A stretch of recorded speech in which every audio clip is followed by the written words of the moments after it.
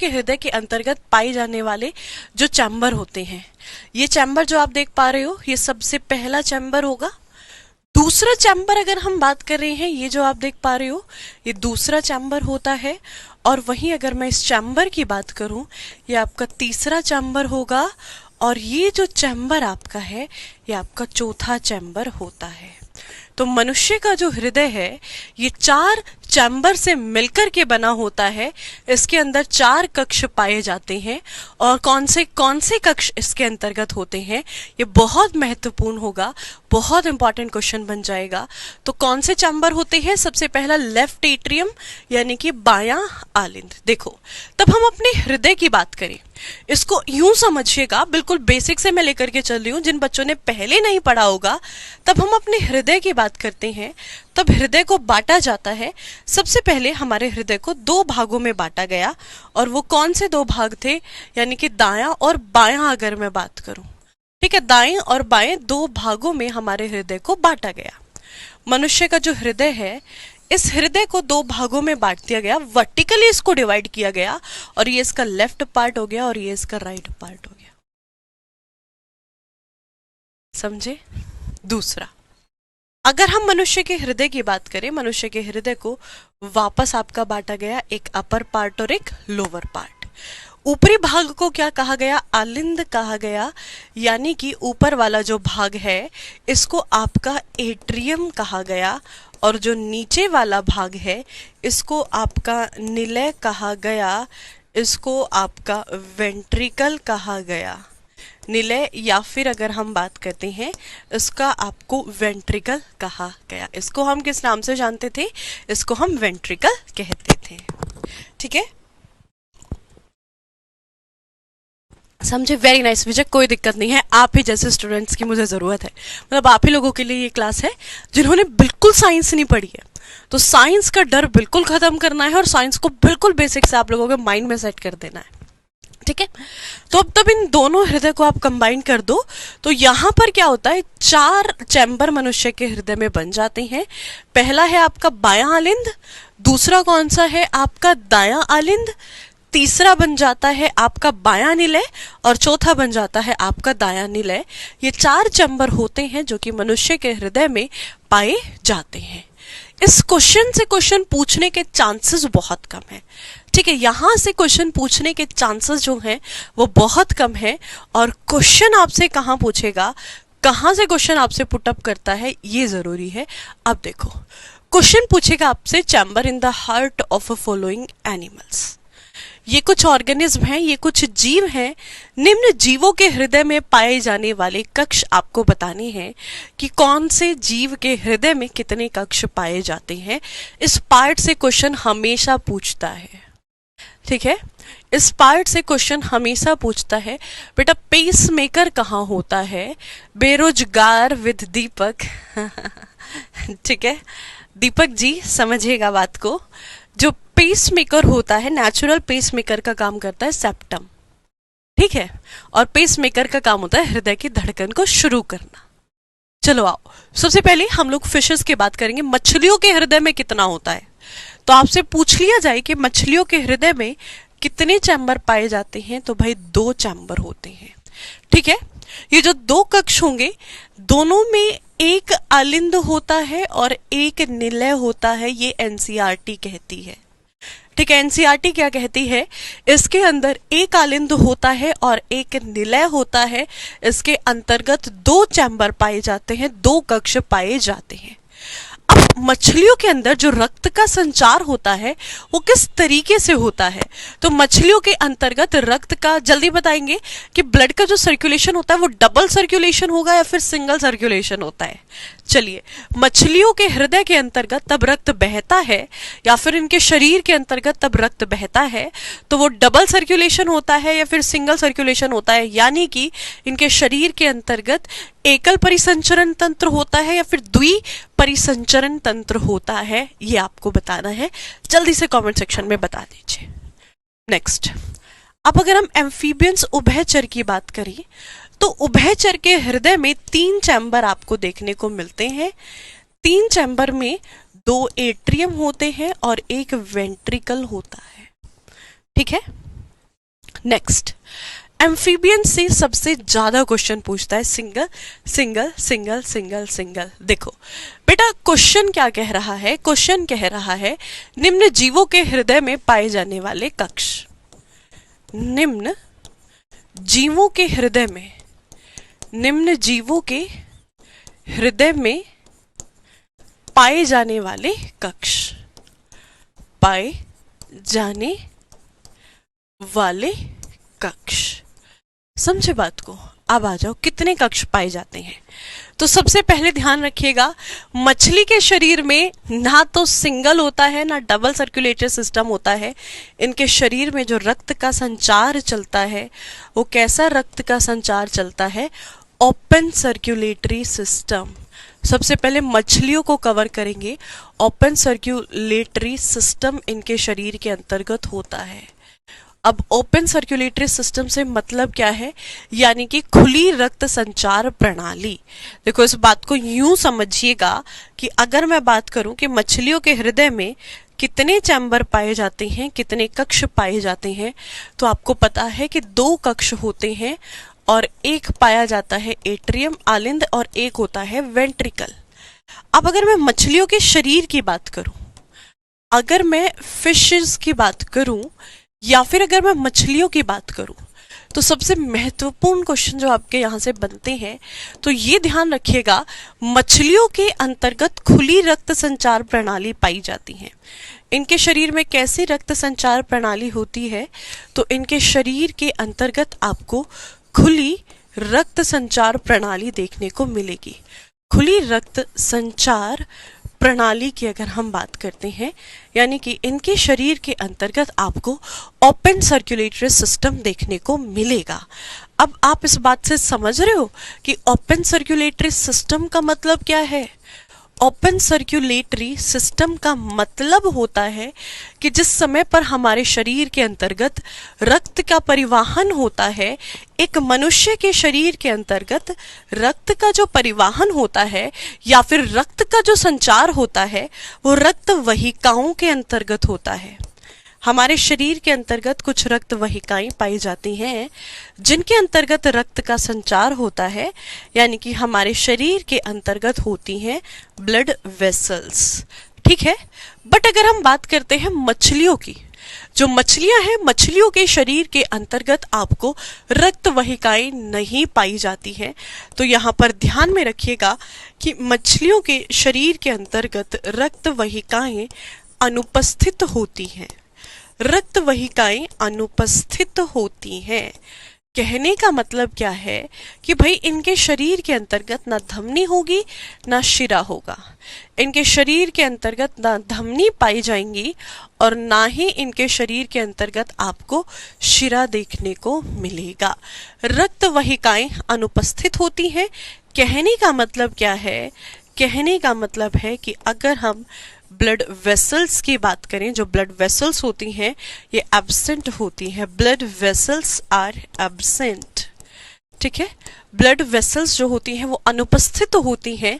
Blood vessels जो हैं यहाँ पर नहीं पाई जाती हैं। कहने का मतलब है कि इनके शरीर के अंतर्गत ना तो आपको धमनी देखने को मिलेगी, ना तो इनके शरीर के अंतर्गत आपको आर्टरी देखने को मिलेगी, और ना ही आपको इनके शरीर के अंतर्गत शिरा देखने को मिलेगी, ना ही आपको इनके शरीर के अंतर्गत वेन्स देखने को मिलेगी। दोनों की दोनों इनके शरीर के अंतर्गत एब्सेंट होती है। ठीक है, अब एक चीज यहां पर देखिएगा, अगर रक्त वाहिकाएं इनके शरीर के अंतर्गत एब्सेंट है, अगर रक्त वाहिकाएं इनके शरीर में अनुपस्थित है, तो इनके शरीर में जो रक्त का संचार होगा वो किस तरीके से होगा? तो इनके शरीर में जो रक्त है वो मिश्रित रूप में पाया जाता है, यानी कि जो शुद्ध और अशुद्ध रक्त होता है उसका डिवीजन नहीं होगा। शुद्ध और अशुद्ध रक्त जो होगा वो मिश्रित रूप में पाया जाता है मछलियों के शरीर के अंतर्गत। मछलियों का जो शरीर है, इनके शरीर में शुद्ध और अशुद्ध रक्त मिश्रित रूप में पाया जाता है। अशुद्ध रक्त मिश्रित रूप में पाया जाता है। मिश्रित रूप में पाया जाता है। ठीक है, समझे बात को?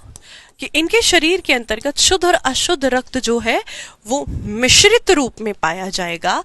They will be having the mixed form of circulatory system, mixed form of oxygenated and deoxygenated blood, oxygenated and deoxygenated blood। इनके शरीर के अंतर्गत ऑक्सीजनेटेड और डीऑक्सीजनेटेड ब्लड जो होता है वो मिश्रित रूप में पाया जाता है। समझे बात को? चलिए, क्लियर है कि नहीं है? अब अगर इतने स्लो कमेंट्स आप लोगों के कमेंट सेक्शन में होंगे, यानी कि मेरा कहने का मतलब है कि अगर आपका रिस्पॉन्स इतना स्लो होगा, आप कमेंट सेक्शन में आंसर नहीं करोगे, ठीक है, तो ऐसी स्थिति में फिर मैं प्रीवियस ईयर क्वेश्चन कराने शुरू कर दूंगी, मैं बिल्कुल थ्योरी नहीं पढ़ाऊंगी। समझे बात को? बेटा विजय टेलीग्राम ग्रुप पे आप जाकर के सर्च करोगे आरजी स्टेट एग्जाम, आपको आरजी स्टेट एग्जाम का चैनल मिल जाएगा जहां से आप इसको कवर कर सकते हो।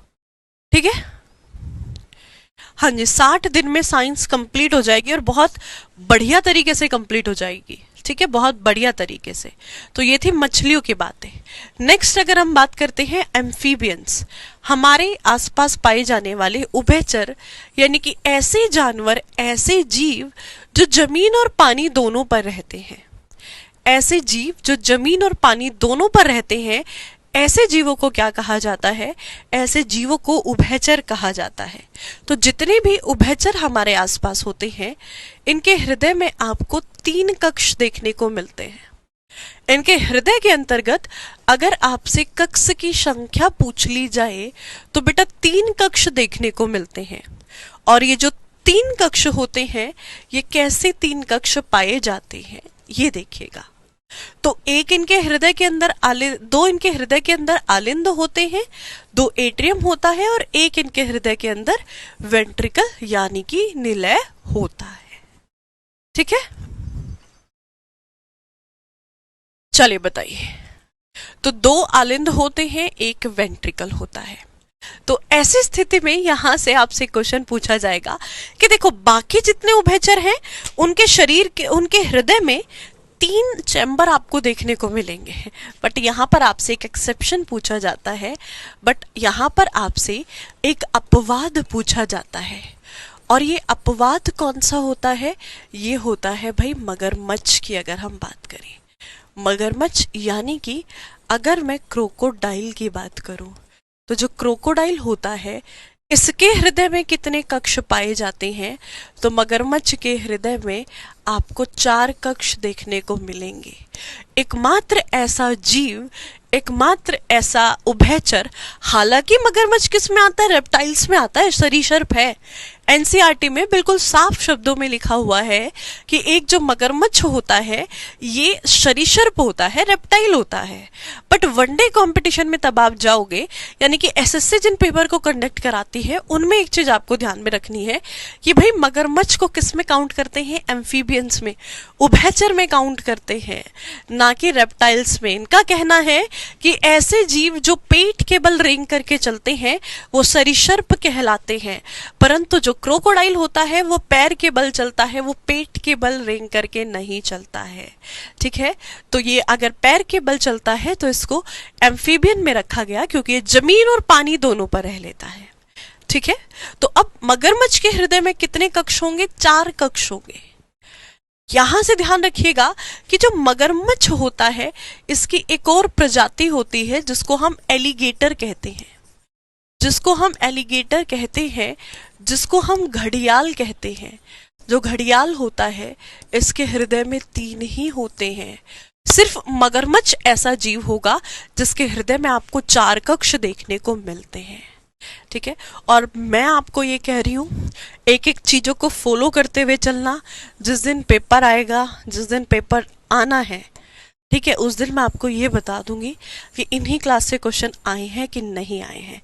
तो एक एक क्लास को आप नहीं छोड़ोगे। रेप्टाइल, सरीसृप, देखो सरीसृप के हृदय में कितने होते हैं? वापस से 3 होते हैं। और कैसे? 2 आलिंद होते हैं और एक निलय होता है, 2 एट्रियम और एक वेंट्रिकल। चलो अब आपको बताना है पक्षियों के हृदय में कितने कक्ष पाए जाएंगे।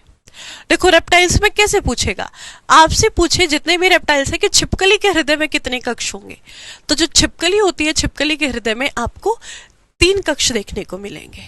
नेक्स्ट आपको बताना है, अगर हम बर्ड्स की बात करें, पक्षियों की बात करें, कि पक्षियों के हृदय में कितने कक्ष देखने को मिलते हैं।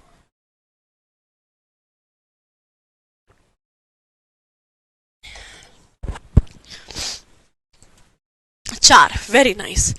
पक्षियों के हृदय में कितने होते हैं, 4 कक्ष होते हैं। कैसे, बिल्कुल जैसे मनुष्य में होते हैं 2 एट्रियम और 2 वेंट्रिकल, 2 आलिंद और 2 निलय।